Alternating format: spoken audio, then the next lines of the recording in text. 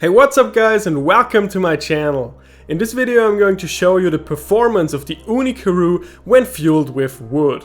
You will see a real-time cook during which I will share my experience and some tips and tricks on how to cook with this oven with you guys. So let's dive right into it. Before we start a fire, we have to make sure to take off the chimney cap, to turn the valve control to a vertical position for maximum airflow and to close the door. Once that's done, place 2 fire starters in the fuel tray in the back of the oven, lay a bunch of wood on top of them and light them up. Close the fuel hatch and let your oven preheat for about 20 minutes. I would recommend using hardwood for this, like oak or beech wood, because it burns hotter and longer than softwood. Don't forget to refuel the oven with some more wood after about 5 to 10 minutes so the fire doesn't go out. After about 15 to 20 minutes or so, I started making my pizza. Today we're making Neapolitan pizza again. If you are by any chance interested in how I make my pizza dough or how well the Ooni Karu gas burner works, please check out the videos I linked for you in the top right corner and in the description down below.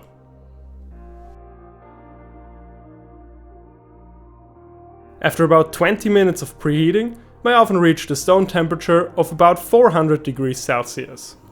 In my experience, a stone temperature of about 400 to 420 degrees Celsius is perfect. Before cooking my first pizza, I like to clean my stone with this oven brush and my pizza peel so there are no pieces of wood or ash on the stone. Now that this is done, we can start cooking. And now you can enjoy a real-time cook with the Ooni Karu. Unfortunately for you guys, in just a couple of seconds I will close the oven door, but that's what I always do when I make Neapolitan pizza, because the oven just gets a lot hotter and the pizza cooks a lot faster. And for Neapolitan pizza, this intense heat is just very important. So now while we wait for the pizza to finish, I'd like to share my experience of using the Ooni Karu with wood. Cooking in the Ooni Karu is a lot of fun and it's easy if you know how to handle an oven like this. Cooking with such high temperatures in a pizza oven really has a learning curve, and it's perfectly normal to screw it up a couple of times before your pizzas get really amazing. At least that's what happened to me. So don't get discouraged, in case your first couple of pizzas don't come out perfectly. There are a couple of things to keep in mind when cooking with wood. The first thing we already briefly talked about is the stone temperature. If the stone temperature is too high, the bottom of your pizza will be burnt.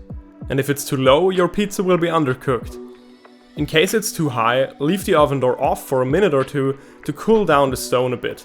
And if it's too low, close the door back up and let your oven preheat a little more. So as I've already said before, a stone temperature of about 400 to 420 degrees Celsius is perfect.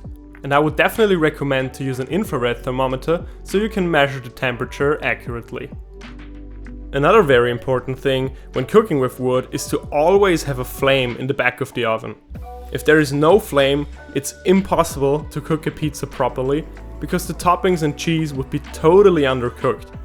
To prevent this from happening, I would recommend to refuel with some wood 2 to 3 minutes before launching in your pizza, so there's a nice and hot flame. One more thing that I would recommend when you're just starting out is to keep a close look at the crust of your pizza. As you can see, with such high temperatures, the pizza is done in no time, and if you aren't careful, the crust can burn very quickly. And if you guys follow these tips and tricks that I've just told you, I'm sure that you will be able to make incredibly tasty pizza yourself. Oh look, the pizza is already done and it looks absolutely fantastic. This pizza tasted absolutely delicious, guys. The crust was perfectly done with some nice leopard spotting and the bottom didn't look too bad either. And this about wraps it up for this video, guys. Thank you so much for watching. I hope you enjoyed this video, and if you did, please leave a like and comment down below to tell me what you want to see next on my channel. Also make sure to hit the subscribe button so you don't miss out on any of my future cooking videos.